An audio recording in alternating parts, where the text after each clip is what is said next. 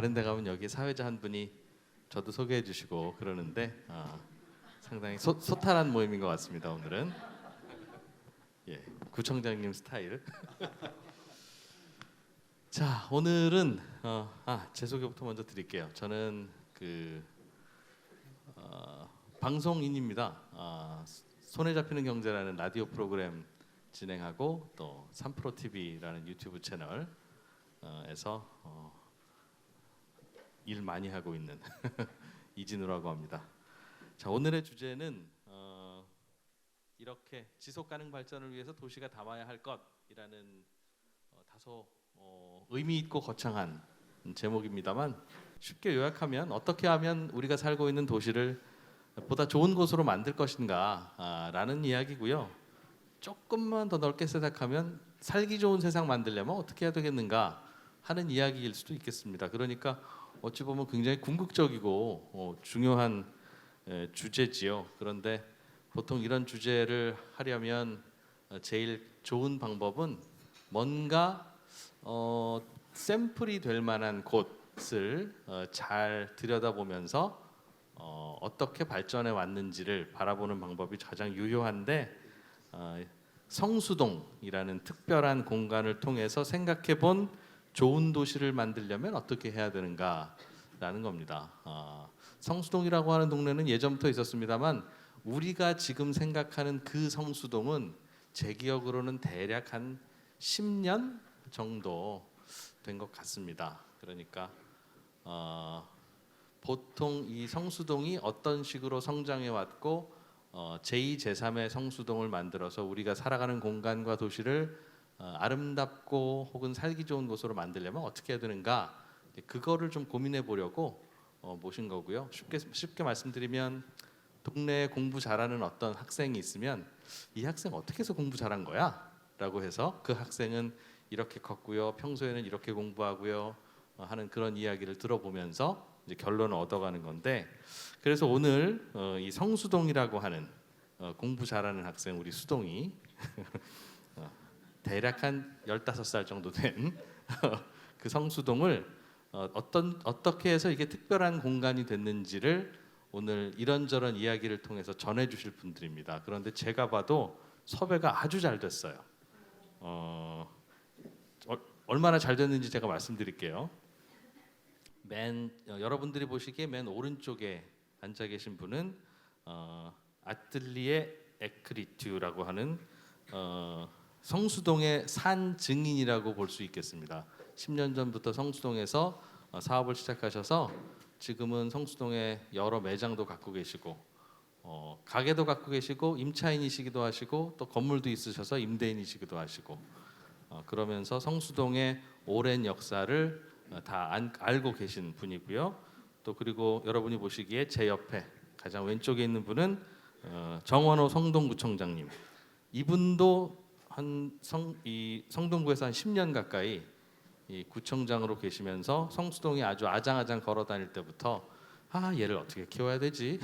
이 고민을 오랫동안 해오신 분입니다.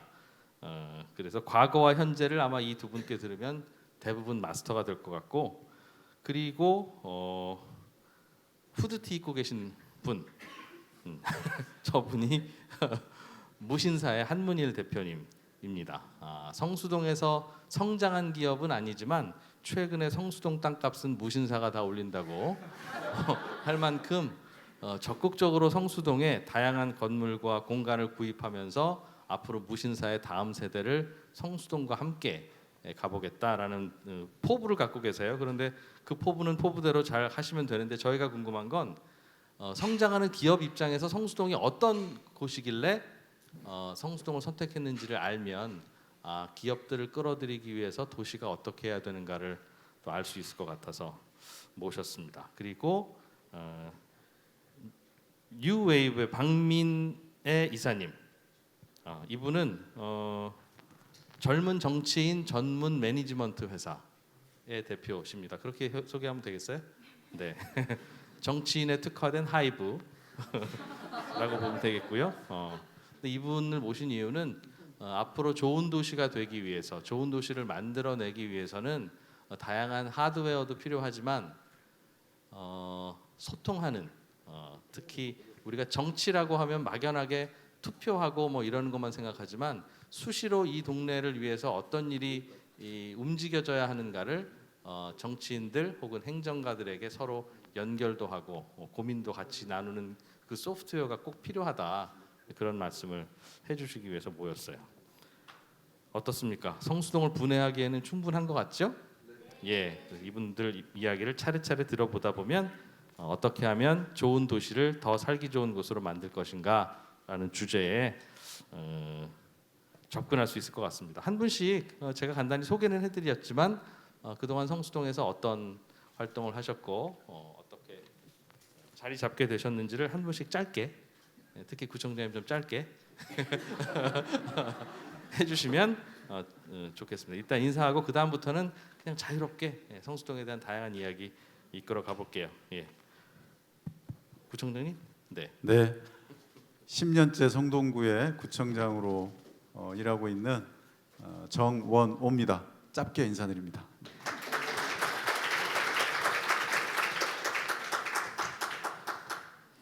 네, 조금 더 길게 하셔도 됩니다. 한문일 대표님. 네. 네, 안녕하세요. 저는 무신사의 한문일이고요. 10년은 안 됐고 저는 무신사 다닌 지는 6년 됐습니다. 오늘 이렇게 큰 주제에 적합할지는 모르겠지만 이제 저희가 생각하고 있고 하고 있는 것들을 간략하게 설명드릴 수 있도록 하겠습니다. 네, 성수동에서 어떤 계획을 갖고 계신지 그리고 왜 성수동을 선택했는지 잠시 후에 여쭤볼게요. 예. 광민혜 이사님. 네, 안녕하세요. 저는 뉴에이즈라고 하는 정치인의 도전과 성장을 돕는 에이전시에서 이사로 일하고 있는 곽민혜라고 합니다. 하시는 일을 조금 좀 길게 설명해 주셔도 되겠어요. 네. 아무래도 저희가 여기에서 가장 낯선 존재일 수도 있겠다는 생각이 들어가지고 제가 어떤 일을 저희가 하고 있는지를 좀 더 자세히 설명을 드리면 좋을 것 같아요. 그래서 아까 하이브라고 얘기해 주셨는데 저희는 평소에는 스포츠 에이전시에 저희를 많이 비유를 하고 있습니다. 그래서 손흥민이 토트넘이라는 소속팀이 있지만 또 CAA라는 에이전시에 소속돼 있기도 하잖아요. 그래서 그 손흥민이라는 선수를 발굴하고 또 이 선수의 역량을 성장시키는 역할을 하는 또 에이전시가 있는 것처럼 이 선수의 영향력을 또 더 커지게 만들 수 있는 지원들을 하는 것처럼 정당 밖에서 정치인들을 위해 그런 역할을 한다라고 생각을 해주시면 좋을 것 같아요. 그래서 저희가 하고 있는 일을 좀 몇 가지 키워드로, 3가지 키워드로 좀 얘기를 해보면요. 저희는 유권자들을 캐스팅 매니저라고 불러왔습니다. 그래서 에이전시에서 신인 선수들을 발굴하고 또 이 선수의 강점이 이런 거야라고 얘기해 줄 수 있는 파트너 관계로 유권자들을 좀 부르고 싶었어요. 어떻게 보면 유권자를 참여시키고 실제로 과정의 파트너로 존중한다라고 하는 게 저희가 오늘 할 메시지 중에서 좀 가장 중요한 부분일 수도 있을 것 같은데요. 그래서 저희는 유권자들한테 투표장에 가서 마지막에 누구를 찍는지 결정하는 것뿐만 아니라 사실 이 투표용지에 올라갈 이름들을 우리가 바꿀 수 있다라고 하는 질문을 던지면서 시작을 했었고요.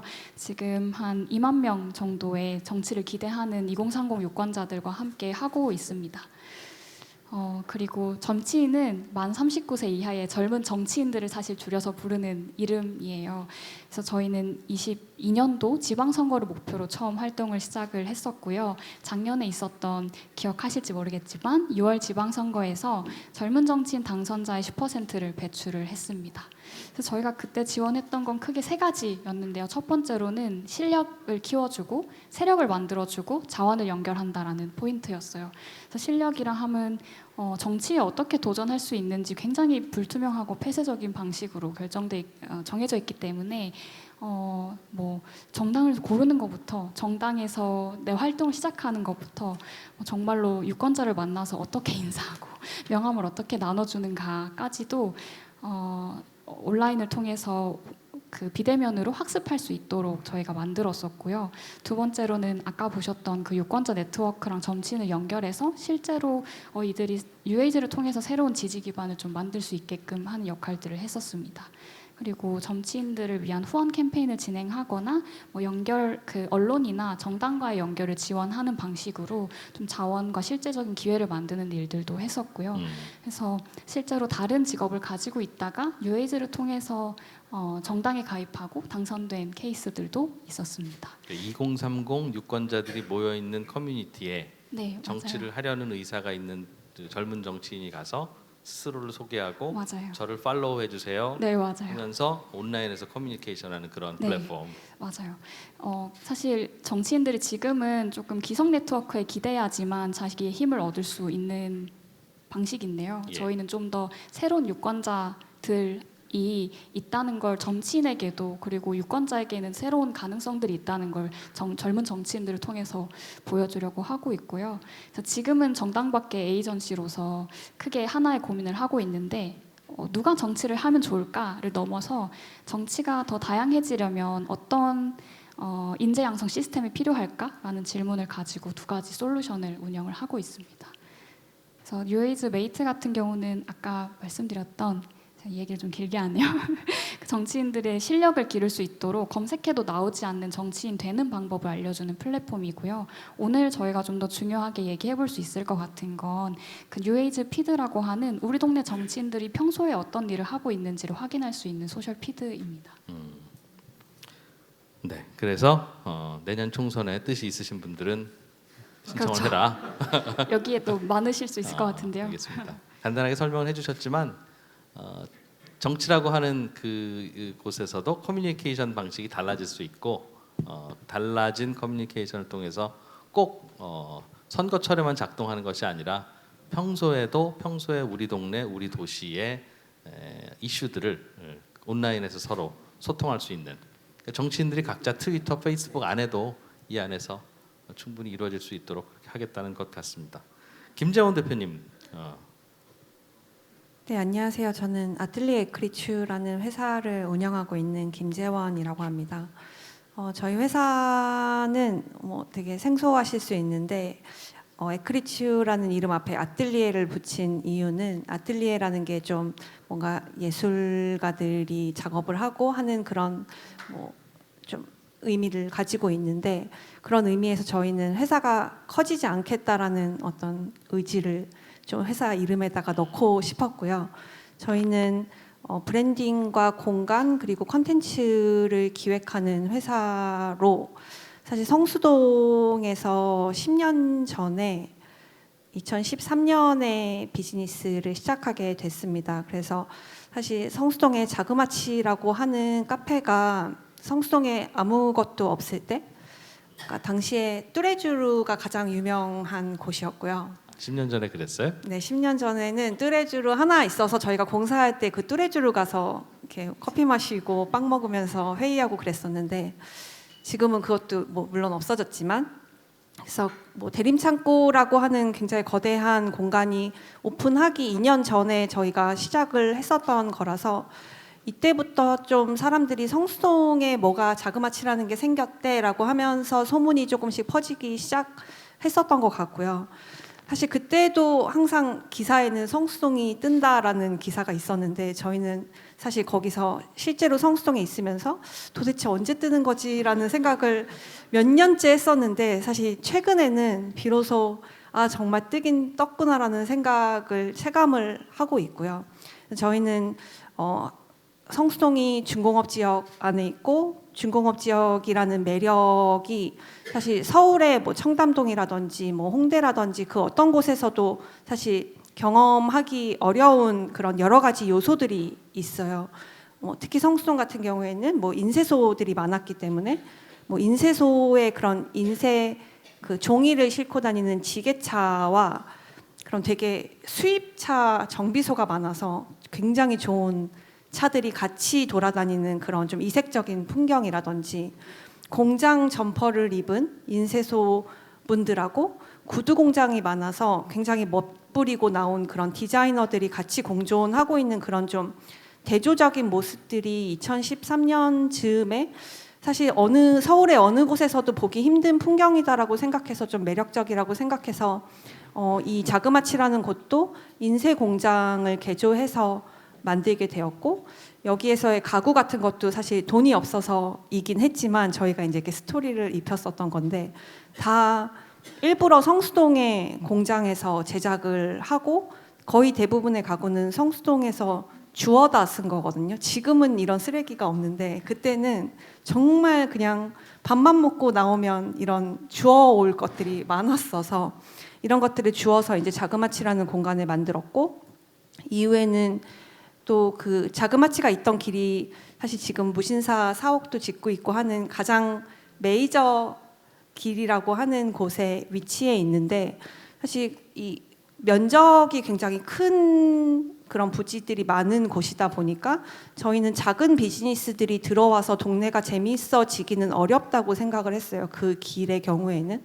그래서 연무장길이 좀 임대평수 같은 것들이 10평, 뭐 20평 정도로 그 지금 대림창고가 있는 길보다는 작아서 좀 가능성이 훨씬 더 크다라고 생각해서 연무장길이라는 곳에서 오르에르라는 공간을 2년 후에 시작하게 되었고 그리고 재작년에는 상대적으로 조금 개발이 덜 된 그 연무장길의 반대편 저희 오르에르가 있는 반대편에 LCDC라는 자동차 정비소를 한 300평 정도 되는 자동차 정비소를 개조해서 여기에 여러 컨텐츠를 집어넣어서 여러 가지 문화적인 디자인적인 그런 재미들 경험들을 할 수 있는 공간을 개발하게 되었고 최근에는 저희가 오르에르라고 하는 그 곳을 다시 개조를 해서 포인트 오브 뷰라는 문구점을 만들게 되어서 지금 주말에는 줄 서서 들어가는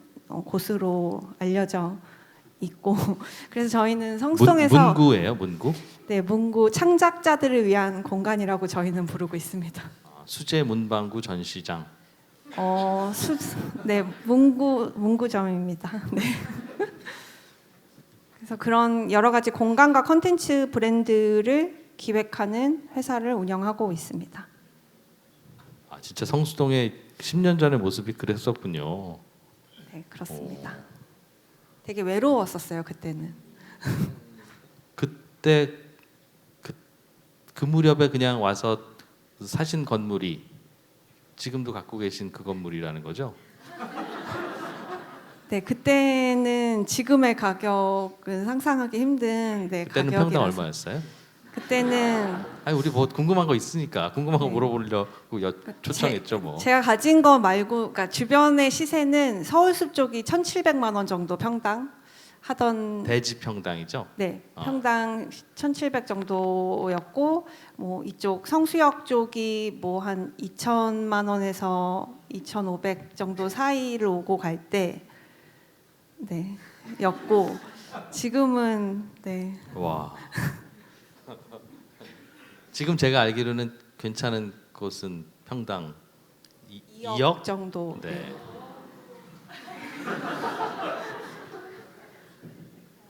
좋은 도시가 되면 저절로 따라오는 현상인 거죠, 그러니까 그렇겠죠? 사실 성수동은 저희가 처음 알아볼 때 1,700, 1,800 이럴 때도 사실 이렇게 위치가 좋고 2호선이 지나다니고 이렇게 평지고 공원이 가깝고 한강이 가깝고 이런 좋은 조건들을 굉장히 많이 갖고 있는데 왜 땅값이 이 정도밖에 평가를 못 받지라고 생각했는데 지금은 사실 오히려 반대로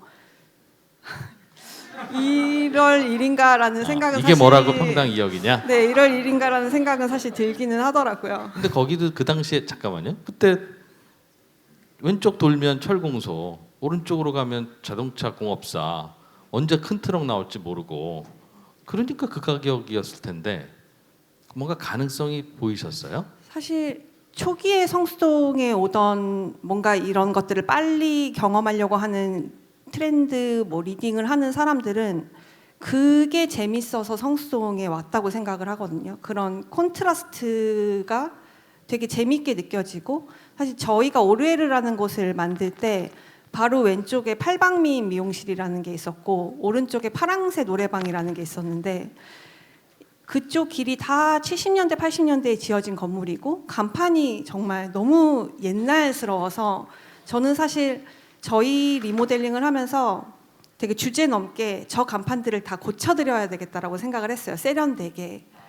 근데 그것도 너무 실례인 것 같아서 사실 속으로만 그렇게 생각을 하고 눈치를 보고 있었는데, 그러다가 이제 뭐 좀 시간이나 이런 것 여의치 않아서 오픈을 하게 됐는데, 대부분의 이런 찾아오는 사람들이 저희의 뭔가 좀 디자인되어 있는 곳과 그들의 팔방미인 미용실 그런 옛날 느낌의 간판을 반반으로 이렇게 사진을 찍어서 SNS 같은 데 올리는 걸 보면서 사람들이 내가 생각한 게 너무 생각이 짧았다라고 느꼈던 거는, 사람들이 성수동에서 경험하고 싶은 거는 이런 모습이구나라는 거를 좀 느끼게 됐었고, 사실 요즘에 이제 그런 모습들이 사라지는 것 같아서 조금은 아쉽다는 생각을 하게 되는 것 같습니다. 그럼 앞으로의 우리 마을 재생, 도시 재생에서 주의할 점은 뭔가 바꾸고 부수고 다시 지어야 할 것이라고 생각하는 그 어떤 것을 진짜 생각 잘해야 된다. 이거 밀지 말고 그러니까 그런 하드웨어적인 어떤 정책이라든지 이런 것들이 지금까지 계속 됐었다면 사실 소프트웨어적인 것도 되게 중요하기 때문에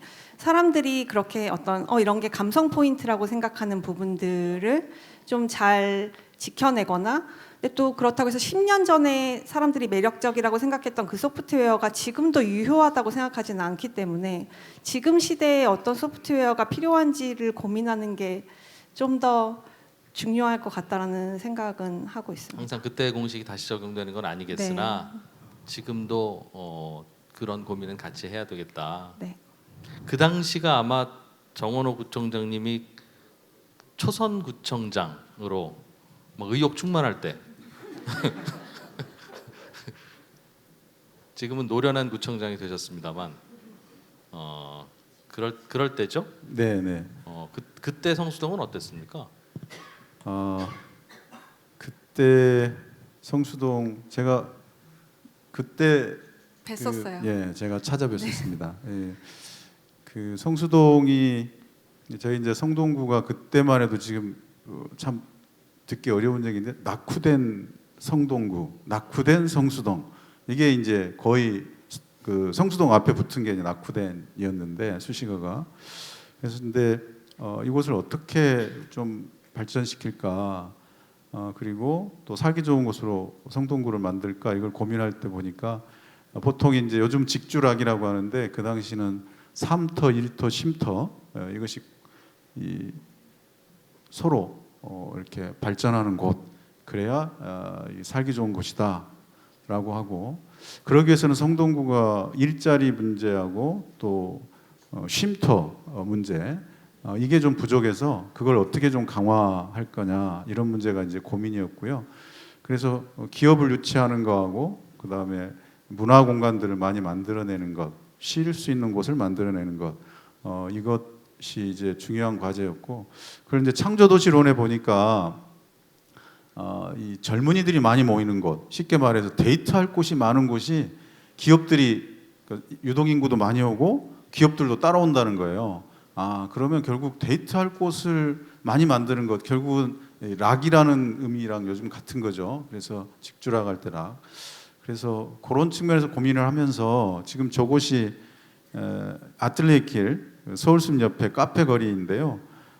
저기가 원래는 제가 구청장이 돼서 보니까 특별계획구역으로 정해서 다 철거하고 아파트를 짓기로 되어 있었습니다. 여기 오른쪽 건물들 다요? 네, 전체가 다요. 저기가 그 꽤 넓은 그 공간이잖아요. 지금 이제 젊은이들이 가장 많이 모이는 곳이 그곳인데 그게 통째로 다 철거를 하고 아파트 짓기로 되어 있었고, 주민들은 그렇게 이제 추진을 하고 있고, 그리고 먼저 간 곳이 그 아틀레길 건너편에 지금 아이파크라고 새로 아파트 짓고 있는 곳, 그것은 이제 먼저 철거가 이미 이제 시작되고 있어서 막을 수가 없었고, 저 구간이 이제 훨씬 더 넓은 구간인데, 그럼 저 구간에 우리가 과연 아파트를 짓는 것이 맞나, 아니면 저 구간을 이용해서 우리 성동구에서 부족한 것을 만드는 것이 낫나, 이런 걸 고민할 때 이제 재개발이 아닌 도시 재생의 방식으로 해보면 어떨까라는 고민들이 있고 전문가들의 제안도 있었고요. 그래서 제가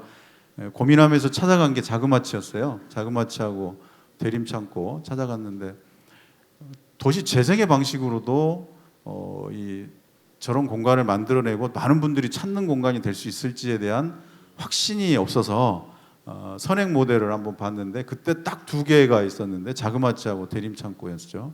그래서 그 2개를 보면서 사실 성공할 수 있겠다 도시 재생으로도. 그래서 이제 지금 저것이 공장이었던 곳을 창고였던 곳을 이제 재사용해 가지고 지금 그 문화 공간으로 만든 거잖아요. 카페나 이런 걸로. 그러면 우리도 저거를 다 철거할 게 아니고 도시 재생 방식으로 저 공간을 좀 발전시켜 보자라고 해서 한 게 이제 도시 재생 사업이고 지금의 지금 카페의 거리가 되어 있습니다. 저기는 그럼 재개발 추진하던 거 스톱 시키고. 네, 다 설득을 했죠 주민들을. 그래서 공청회도 열고 설득해서 이걸로 가는 게 훨씬 더 좋은 겁니다. 그래서 지금 되게 좋아하십니다 그분들. 평당 2억 갑니다. 지금 엄청 좋아하시는데 그때 지금 생각해 보면 만약에 거기를 원래 계획대로 갔으면 이 소중한 이 공간이 없어졌지 않나. 예, 그거고요. 요게 보는 게 붉은 벽돌이지 않습니까? 이 블루버틀이 우리 한국에 온다는데 도대체 어디로 갈까 했는데 성수동으로 와서 다들 놀랬잖아요. 그게 붉은 벽돌 때문에 왔다고 그러시더라고요. 네, 그 대표님을 만나 보니까 이 붉은 벽돌 건물 때문에 자기가 왔다라고 말씀하시고 이케아 이 동아시아 그 지점이 성수동으로 왔는데 예. 그것도 붉은 벽돌 때문에 왔다고. 붉은 벽돌 건물이 많아요 성수동에? 예, 예. 그래서 왔다고 그러는데 왜 많아요? 원래 이제 저희가 붉은 벽돌이 보면 사람들이 많이 찾는 곳, 데이트하는 곳의 특징을 보니 데이트하는 곳을 만들어야 되잖아요. 그러니까 데이트하는 곳의 특징을 보니 유명한 건축물이 있더라고요. 그러니까 무슨 뭐 고궁이든 무슨 저 성벽이든 하여튼 예. 건축물이 있어요. 근데 성수동은 이 건축물이 없으니까 그럼 뭘 만들어 볼까 하다가 분위기를 낼 거냐? 예. 그랬더니 그 붉은 벽돌을 전문가들이 추천하더라고요. 그 전에 이제 창고로 쓰던 건물들이 대부분 붉은 벽돌이니까 그걸 좀 살려보자. 그렇게 해서 성공한 데가 브루클린에 있더라. 그런 얘기를 듣고 제가 브루클린을 막 조사해보고 했더니 정말 이게 붉은 벽돌이 가능성이 있다라고 생각해서 붉은 벽돌 지원 조례도 만들고 그래서 이제 붉은 벽돌로 건물을 지면 저희가 돈도 드리고 지원금도 드리고 건물도 더 높게 질 수 있게 용적률도 혜택을 주고 또 보존하면 그거에 대한 기존에 있었던 걸 보존하면 보존에 대한 대가도 저희들이 인센티브를 드립니다. 벽돌을 남기면. 네, 그래서 지금 붉은 벽돌 성수동 이미지를 치면 포털 사이트에 전부 붉은 벽돌만 나옵니다. 그래서 이제 그런 붉은 벽돌이 도시의 아이덴티티가 만들어졌는데요. 그걸 제가 지금 많은 분들이 이걸 사랑해주고 계신데 그런 측면에서 붉은 벽돌도 그 발전을 위해서 만들었고요. 데이트하는 연인들을 좀 모으려고. 예. 요즘은 데이트라는 말도 잘 안 쓰는 거 아시죠? 그런가요? 뭐라고 하나요? 저도 잘 모르겠습니다. 해본 지가 너무 오래돼서. 예. 그리고 이게 이제 그 젠트리피케이션 방지 정책인데 뭐 이 자리에도 와 계신 분들이 있습니다만은 제가 2014년도에 그러니까 뉴커머스들이 좀 있으시더라고요. 그러니까 소셜 벤처 하시는 분들 그리고 또 젊은 예술가들 이런 분들이 와서 이제 막 그 시작을 하려고 하는 분들이었어요. 그래서 이분들이 어쩌면 미래가 될 수 있겠다. 성수동의 미래가 될 수 있겠다 해서 그분들하고 간담회를 했는데 그분들 얘기가 자기가 시내 쪽에서 있다. 여기 또 시내긴 합니다. 예. 예, 그 시내라는 말이 참 괜히 썼네요. 요즘 잘 안 쓰는 말이죠, 예, 시내. 약간 좀 나이 든 표현이 돼 버렸네. 하여튼 그 도심지에 있다가 일로 왔는데 임대료가 폭등해서 왔다는 거예요. 그래서 상대적으로 저렴한 이곳에도 임대료가 뛰면 우리도 딴 데로 밀려나야 된다. 우리가 여기서 계속 있을 수 있게 그런 젠트리피케이션 방지 정책을 좀 세워달라라고 하는 게 요청이었어요. 그래서 이제 전문가들하고 해서 젠트리피케이션 방지 정책을 세웠는데 그게 이제 상가 임대차 보호법 개정으로 발전을 해서 지금의 이제 10년 동안 보장이 되고 그 계약할 때마다 5% 이상 못 올리고 이런 걸로 지금 2018년에 법이 개정됐죠. 저희 이 젠트리피케이션 방지 정책이 모델이 돼가지고 그 법들이 개정이 된 겁니다. 그래서 지금은 10년 의무 권리가 생긴 게 법인데 네, 네. 당시에는 법은 없었을 텐데 5년이었습니다. 5년 동안은 올리지 말라. 예, 5년 동안은 못 쫓아내는 거죠. 계약 기간 연장 기간이 5년이었습니다. 법은 아닌데 법이었습니다. 법. 그 예. 성동구에서 만들었어요 그냥? 아니, 법이 저희가 조례로 조례로 해서 정책으로 저희가 유도를 했는데 그러면서 이제 그 젠트리피케이션을 막기 위해서 가장 큰 거는 어쨌든 임대 기간을 좀 연장하는 게 필요하고 연액 그 최소 한 5% 정도로서 상한선을 정한다면 상인들이 감당할 수 있다라고 해서 그거를 이제 요청을 했죠 정부에 지속적으로. 근데 그게 이제 저희들 안이 받아들여져서 그게 이제 법률로 또 시행령으로 개정이 돼서 지금 현재 진행이 돼서 활성화된 상권들이 지금 만들어지게 된 어떤 작은 요소가 됐습니다.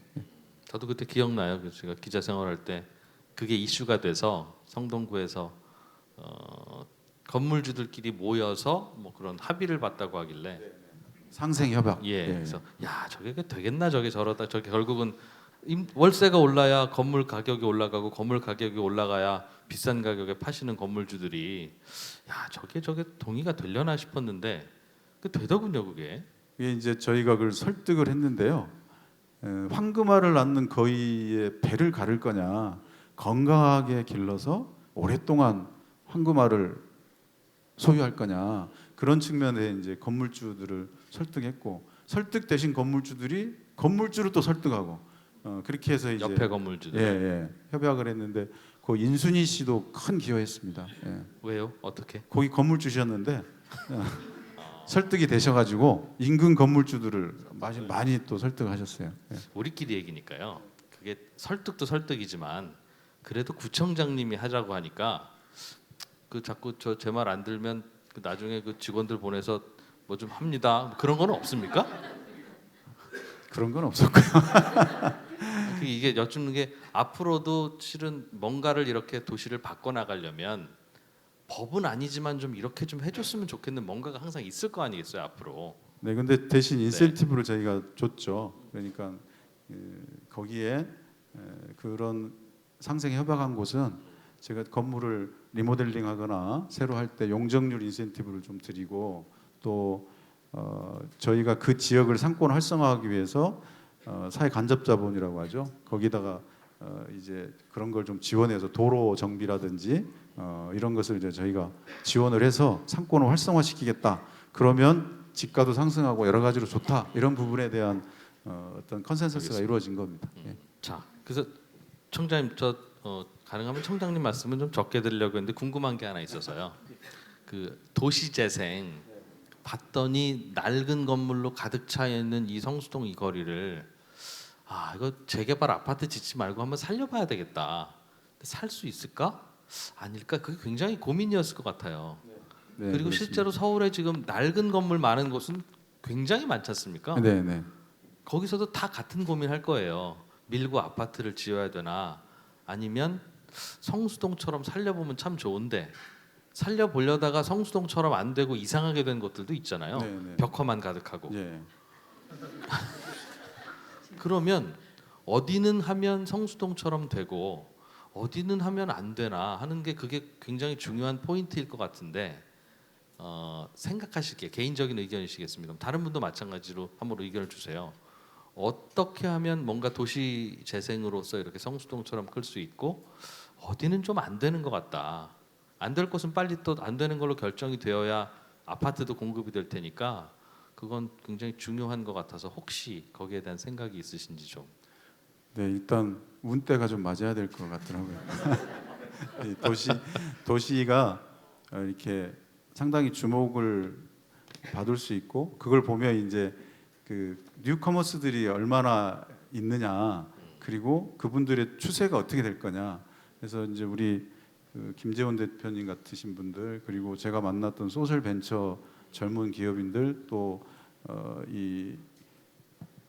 예술인들 이런 분들이 이제 오기 시작하냐 이렇게 와서 뭔가 이제 의욕을 갖고 시작하려는 분들이 있느냐. 기존의 분들은 기존의 분들이지만 새로 오신 분들이 굉장히 이 동네를 한번 바꿔보고자 상인들이 의욕 있게 오시는 분들이 보이기 시작하면 저는 할 수 있다라고 보는 거고요. 거기다가 이제 제 얘기도 해야 되니까 올바른 정책이 좋은 구청장. 이게 그 도시 재생을 하면서 제가 굉장히 기존의 도시 재생의 문제 제기를 많이 한 건 도시 재생이 벽화 그리고 여기서 끝나면 안 된다. 도저히 불가능한 곳은 새로 신축할 수 있게 해줘야 된다. 그래서 수리해서 살기 어려운 곳은 수리해서 사는 이점이 많은 곳은 수리해서 살게 해주고 수리해서 사는데 이점이 부족한 분들은 오히려 새로 짓는 게 좋은 데는 새로 지을 수 있도록 인센티브를 줘야죠. 그래서 저는 도시 재생 구역 안에 리모델링 촉진 구역을 동시에 지정을 해서 리모델링이나 신축을 했을 때도 인센티브를 주게 해놨습니다. 그래서 신축할 곳은 신축하고 리모델링할 곳 리모델링하고 또 그냥 그 자체로 수리해서 쓰는 정도로 수선해서 쓸 수 있는 곳은 수선해서 쓰게 그렇게 지금 해놨기 때문에 이게 조화롭게 갔던 것 같습니다. 김재원 대표님 같은 그 질문에 대해서 혹시 의견 있으면 주시고 혹시 그 구청장님은 이제 정책이 좋아서 그랬다고 자꾸 강조하시는데 정책 수요자로서 그래 그건 정책이 좋았어 하는 거 있으면 말씀 주셔도 좋고 뭐 한번 여쭤보는. 저는 동네가 재밌어지려면 이런 스몰 비즈니스들이 많이 들어와야 매력 있어진다고 생각을 하거든요. 뭐 가로수길의 지금의 상황이나 이런 것들을 생각하면 결국에는 뭐 체인점 같은 거나 대형 자본들이 이제 들어와서 매력이 없기 때문에 더 이상 사람들은 가지 않는 것이고 뭐 자라라든지 뭐 그런 대형 프랜차이즈들은 그곳에 가지 않아도 얼마든지 즐길 수 있는 것이기 때문에 이런 스몰 비즈니스를 보호해 주는 게 사실 가장 큰 일이라고 생각을 하고 사실 성수동이 지금의 성수동이 되기까지 뭐 나름 이렇게 1기, 2기, 3기 약간 이런 어떤 나름의 그런 단계들이 있다고 생각하는데 초기에 뭐 자그마치나 대림창고나 어니언까지 생겼을 때가 이제 비로소 1기라고 저희는 생각을 하는데 그 세 곳이 모두 개인이 운영하는 정말 사장님들이 설거지하고 하면서 만들어냈던 것들이고 이제 그런 뭐 2기라든지 3기라든지 하는 것들도 다 그런 작은 비즈니스들이 매력 있어서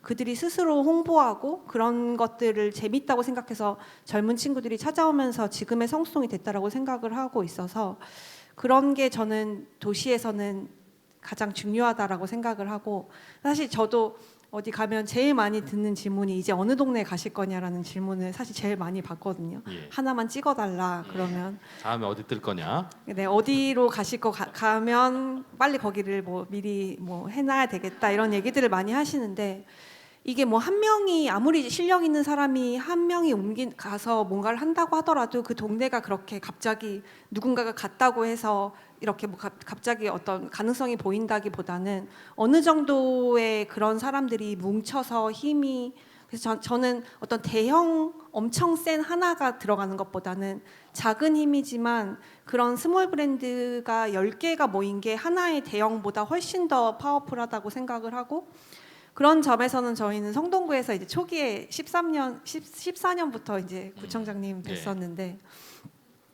이제 뭐 이렇게 많이 구청장님 밑에 또 다른 정책 계시는 분들도 많이 이제 소통을 하고 해주셨는데 저희는 그냥 제발 이런 수제화 거리 이런 것만 안 붙여 주셨으면 좋겠다. 그런 뭘 거 좀 붙이려고 시도했었어요 구청에서?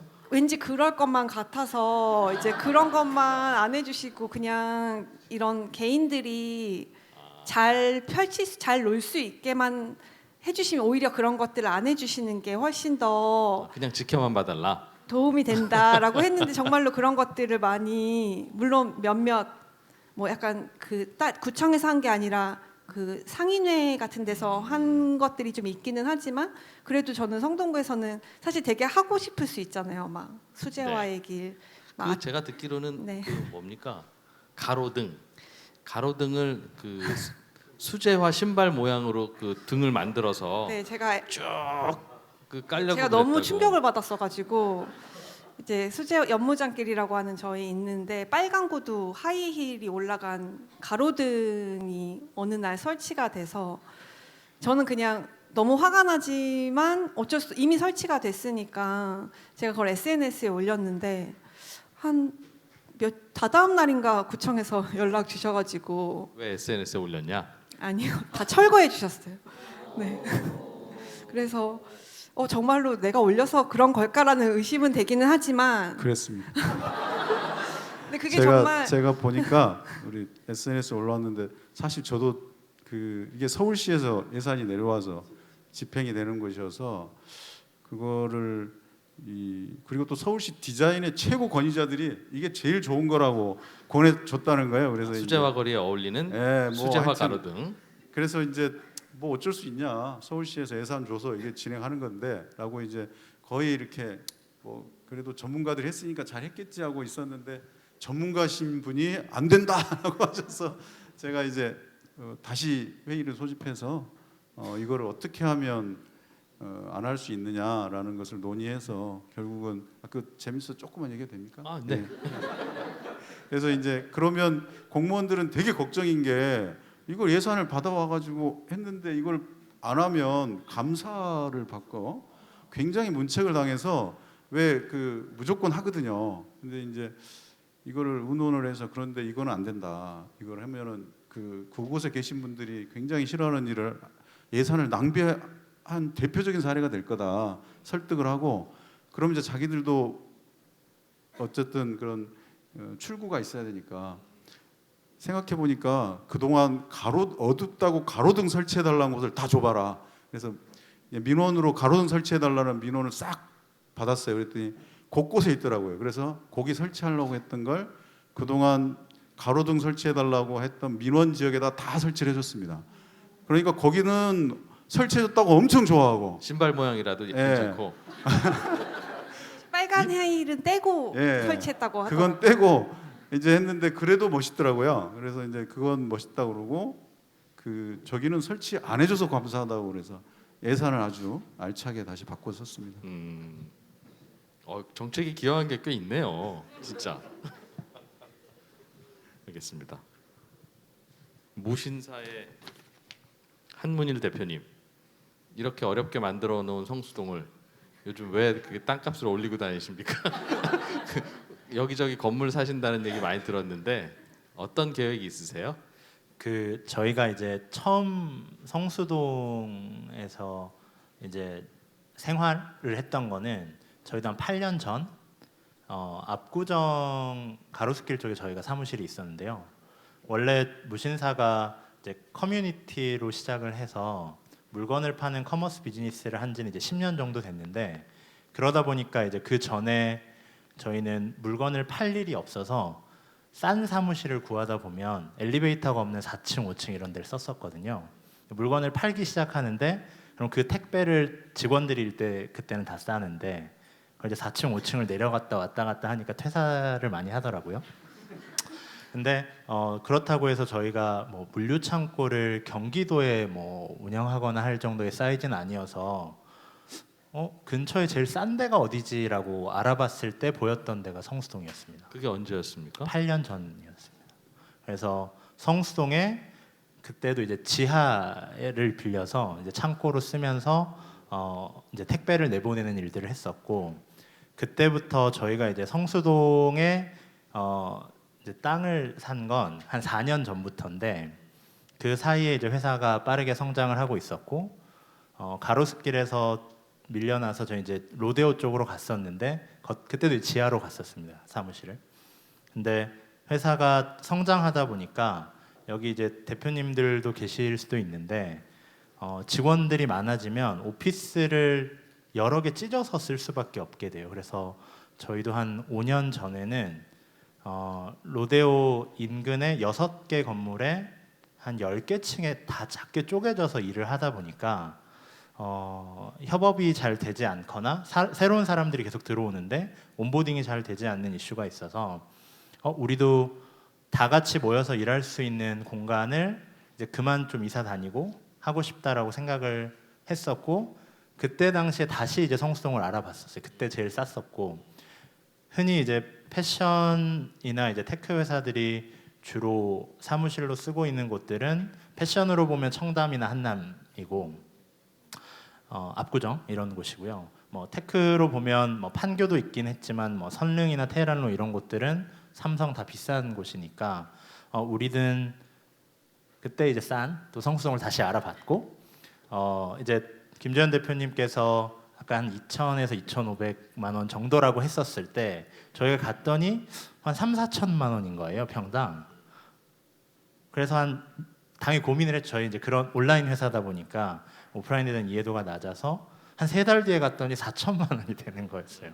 그래서 결론적으로 저희는 이제 그래도 우리 사이즈를 생각했을 때 이거를 사서 우리 사무실을 좀 꾸며보자라고 시작을 했었고 그때 사실 저희는 가로수길에 있었기 때문에 가로수길에서 처음 얘기해 주신 것처럼 창작자들 혹은 예술 하시는 분들 취향과 멋이 있는 분들이 되게 멋있게 만들었고 그게 되게 빠르게 성장했던 것을 경험했어서 성수동에 그런 분들이 이제 넘어가고 있다는 건 알고 있었고 그래서 우리도 거기에 편승하자 뭐 그런 생각이 저희도 있었습니다. 그래서 성수동을 넘어갔고 얘기해 주신 뭐 브루클린 사례나 저희도 패션업에서는 나름 큰 도전을 하고 있는 회사로서 전통적인 기업과 다르게 새로운 도시에서 이런 콘트라스트가 있는 걸 해보고 싶어서 열심히 하고 있습니다. 이런 건 이제 뭐 오래된 벽돌과 뭐 메탈 저희 이제 쓰는 거고 그래서 이제 지금 메모가 이게 사신 땅이에요? 산 것도 있고 빌린 것도 있는데요. 그래서 무신사 캠퍼스라고 저희가 이제 이름을 네이밍을 해서 성수역 인근이거든요. 너무 많이 찍으시면 제가 좀 곤란한데. 저희가 대외적으로 너무 이런 얘기를 잘 안 하는 회사라서. 근데 이제 이 공간을 여러분은 찍어서 뭐 하시게요? 여기 죄송한데 부동산 가면 다 표시되어 있습니다. 네. 부동산 사람들이 제일 관심이 많아요. 저거 옆에 살려고 근데 아직 그래서 저희가 이제 하려고 했던 것은 그 성수역 그린 가로 라인 이제 성수역이고 뭐 북남서동 이렇게 나눠서 캠퍼스 이제 했는데 이제 뭐 흔히들 외국의 테크 회사들이 사무실 캠퍼스 뭐 구글이든 뭐 다 부르면서 하는 것도 있고요.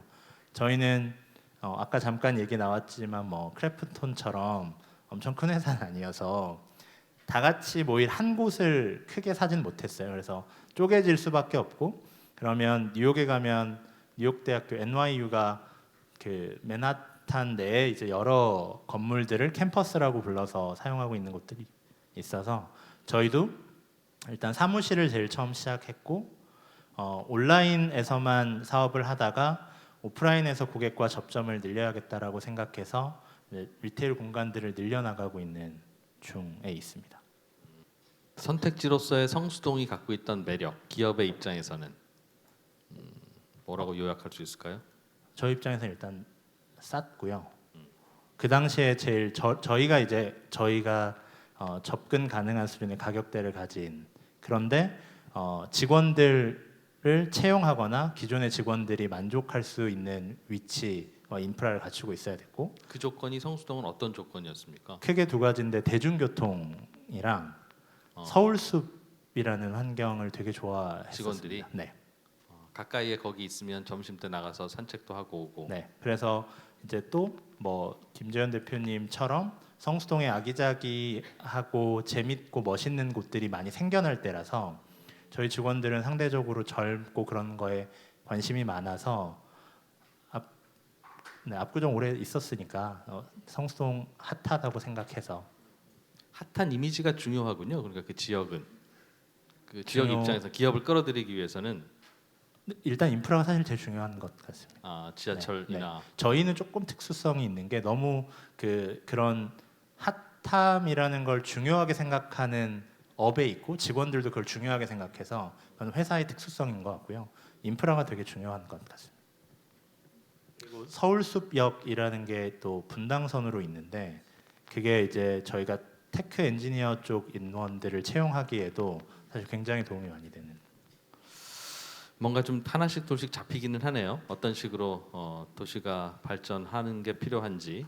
안타깝게도 시간이 많지는 않아서 앞으로 그러나 지금까지 한 빠르게 성장해온 성수동이 김 대표님도 말씀하셨지만 야 우리끼리 얘기지만 이게 평당 2억 할 상황이야? 이거 뭔가 좀 고비나 고점에 와 있는 것 같다는 생각도 드는데라는 또 평가도 있는 것 같아서 앞으로가 굉장히 중요할 것 같은데요. 계속 더 발전하기 위해서는 어떤 게 좀 필요하다. 김 대표님 그런 거 말씀 주시면 좋겠고 구청장님께서도 분명히 가까이서 느끼실 테니까 이런 건 좀 해야 될 것 같다 하는 생각이 있으시면 말씀 주시면 좋겠고 곽 이사님께서는 하시는 일을 바탕으로 이게 도시에서 어떤 커뮤니케이션이 이루어지기 위해서는 어떤 게 좀 필요할 것 같은지 그 얘기를 해주시면 아주 멋진 마무리가 될 것 같습니다.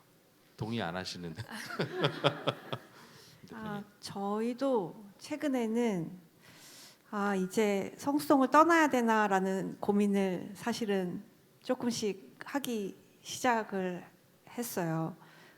사실 저희는 너무 척박할 때부터 시작을 해서 외로웠던 시절도 있었고 정말 밥 먹을 데가 없어서 맨날 그냥 공장밥집이라고 하는 백반 5,000원 내면 백반 주는 그런 데만 가다가 뭐 중간중간에 이제 이런 젊은 친구들이 들어오면서 좀 재밌는 식당도 생기고 신도 나고 했었는데 이제는 점심시간에 밥을 먹으러 갈 수가 없는 상황이 돼버렸고 어딜 가나 대기를 해야 되고 뭔가 좀 밥을 먹었는데도 뭔가 개운치 않은 좀 그런 이렇게 멋부린 식당들 그런 위주다 보니까 제대로 된 한 끼를 먹기가 힘든 상황이 되다 보니까 직원들도 그렇고 저희도 좀 이제는 사무실 밖에 나가기도 싫다라는 이야기를 사실 너무 많이 하게 되는 거예요. 팝업이 너무 많이 벌어지고 있고 이러니까 이제 그냥 안에만 있고 싶다라는 생각을 하는 부분들이 점점 커지다 보니 노신사 직원들은 그게 그렇게 좋은데 무신사 직원분들도 처음에는 좋지만 그런데 여기 이런 데는 또 구내 식당 같은 거 다 있으시니까 또 괜찮으실 수 있는데 저희는 그런 게 없으니까 항상 나가서 먹어야 되는데 나가서 먹기에는 좀 시원찮은 것들도 많고 해서 이제 그런 좀 어려움들이 있고 임대료 그러니까 저는 이제 뭐 자본도 없으면서 부동산 가는 게 약간 취미라서 부동산에 친한 분들이 이제 옛날부터 아시던 분들이 많아서 항상 가서 출근길에 부동산 가서 물어보거든요. 저건 누가 샀어요? 저건 누가 샀어요? 이런 게 약간 취미 생활인데 그러다 보니까 이제 시세들을 들으면 이제는 이런 스몰 비즈니스가 들어올 수 없는 성수동이 됐다라고 생각이 드니까 저는 성수동이 매력 있다고 생각하는 뭐 나아가서는 도시가 매력 있어지려면 스몰 비즈니스가 얼만큼 쫀쫀하게 있느냐가 중요한데 이제는 들어오기 힘든 성수동이 돼버려서 이제는 저희는 그래서 나름 그래도 그 역할을 약간 마지막 우리가 그래도 이 자리를 지키자라고 하는 아무도 강요하지 않은 사명감으로 하고 있기는 한데 옆에 탕후루 집이랑 막 그런 것들이 생기면서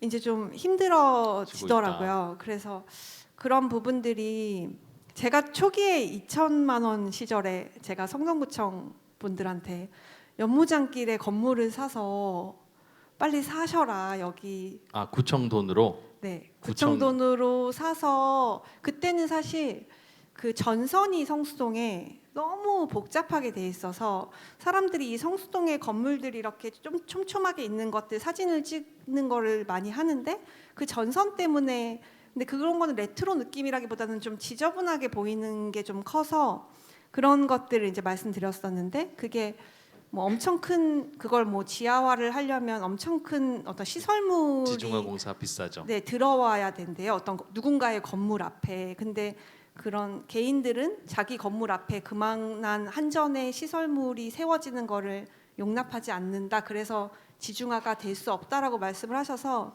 그럼 구청에서 사셔서 그 건물 앞에다가 그걸 하면 지중화 될 수 있는 거 아니냐 막 그런 얘기들을 나눴었는데 그럴 때 싸던 시절에 구청에서 건물을 좀 사놨더라면 지금 그러니까 그런 스몰 비즈니스들이 좀 지속해서 뭔가를 할 수 있지 않을까라는 생각이 들고, 그리고 뭐 언더스탠드 에비뉴라든지 그 외에 또 그 고가 2호선 고가 밑에 약간 컨테이너 박스 같은 것들이 좀 있는데, 그런 거는 구청에서 충분히 뭔가를 할 수 있는 걸로 저는 알고 있어서, 그 구청 소유 예, 인 걸로 알고 있어서 거기에 좀 그런 스몰 비즈니스라든지 좋은 컨텐츠가 들어갈 수 있으면, 됐다. 뭐 개인은 뭐 부동산 통해서 건물 계약을 하기는 이제는 힘들어도 그런 것들이 좀 정책적으로 도움이 되면 좋겠다. 곳곳에 소몰 비즈니스들이 계속 자리를 잡을 수 있게 어떤 식으로든 네, 저는 스몰 비즈니스가 이제 들어오지 못하면 성수동의 매력은 점점 소멸될 거라고 생각을 중요한 포인트네요. 하고 있습니다. 어디로 가실 겁니까? 그래서 가시면. 아직 그래서 성수동이 너무 커서 또 북성수는 또 아직까지는 또 괜찮다고는 하는데, 한 20년 끝도 없습니다.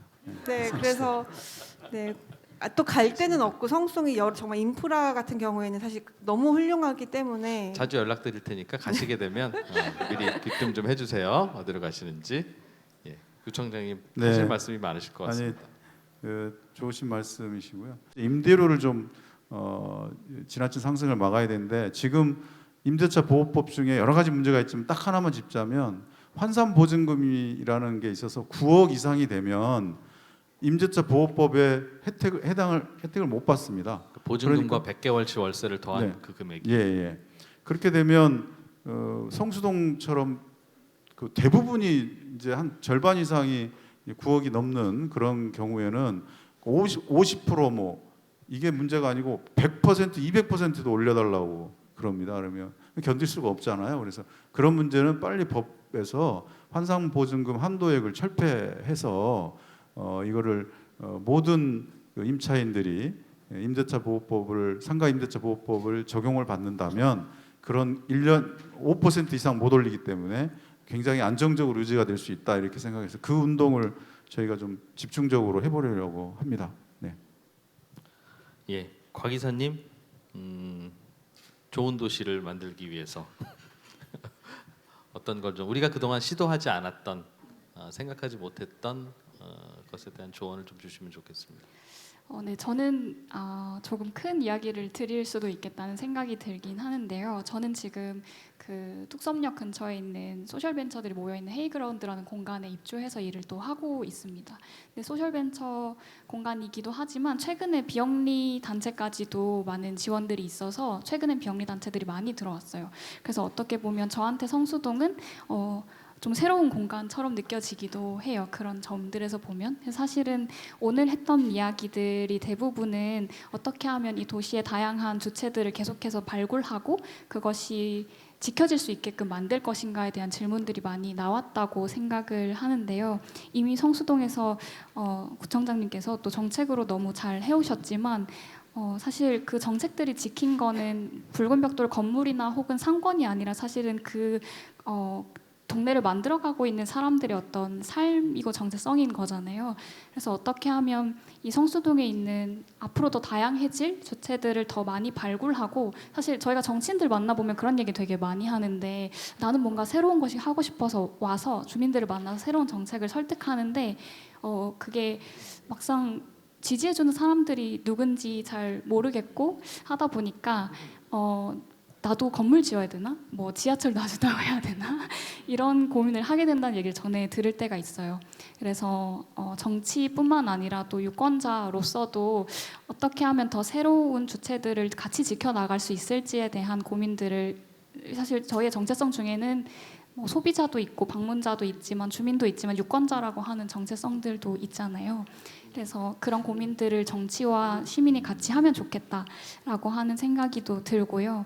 한편으로는 저희가 이렇게 세 그룹이라고 할까요? 네, 이렇게 네. 자리에 모였지만 서로가 좀 이질적이라고 느껴질 수도 있을 것 같아요. 그래서 좀 더 이렇게 횡적으로 보면 종적으로 다양한 주체들이 계속 등장하고 정치에서 보호될 수 있게 만드는 것, 그리고 행적으로는 사실 성동구라고 하는 그럼 앞으로 더 다양해질 도시가 어떤 곳에 속해 있든 공감할 수 있는 어떤 성동구의 가치는 뭘까? 그럼 사람들한테 그걸 앞으로 도시가 변하더라도 어떤 것만은 지켜나가는 도시일까라고 하는 질문들을 좀 저는 개인으로서도 또 시민과 정치를 연결하는 역할로서도 오늘 좀 들으면서 고민을 하게 됐어요. 그래서 좀 종으로는 새로운 정책 주체들을 계속 발굴하고 횡으로는 그들을 어떤 도시의 가치 안에 묶어낼 수 있을까에 대한 고민들을 정치가 조금 더 해주시면 좋겠고 저희도 그 연결고리를 잘 만들어 보고 싶다라는 생각이 듭니다. 예, 10년쯤 전에 그 시내에서 건너온 그 상인들 모아서 뭐 좀 어떻게 좀 하면 좋겠습니까? 신임 구청장입니다 했었을 때 그때 이런저런 이야기 했던 걸 한 번쯤 더 또 여기저기 찾아다니면서 이야기를 좀 해야 되지 않겠나 그런 말씀이신 것 같네요. 예. 지속 가능한 도시의 조건을 찾아서라는 주제로 했던 이 성수동 탐방 재밌으셨어요? 네. 어디 가서 듣기 어려운 이야기. 여기서 마무리하려고 하는데요. 시간 관계상 난 이 질문은 꼭 해야 되겠다. 혹시 그런 게 있으십니까? 그럼 제 직권으로 딱 하나만 받아볼게요. 굉장히 훌륭한 진행이었던 것 같습니다. 아무도 질문이 없습니다. 예, 그럼 여기서 오늘 마무리할게요. 참석해주신 귀한 시간 내주신 세 분 그리고 참석해주신 여러분 모두 고맙습니다. 예, 감사합니다.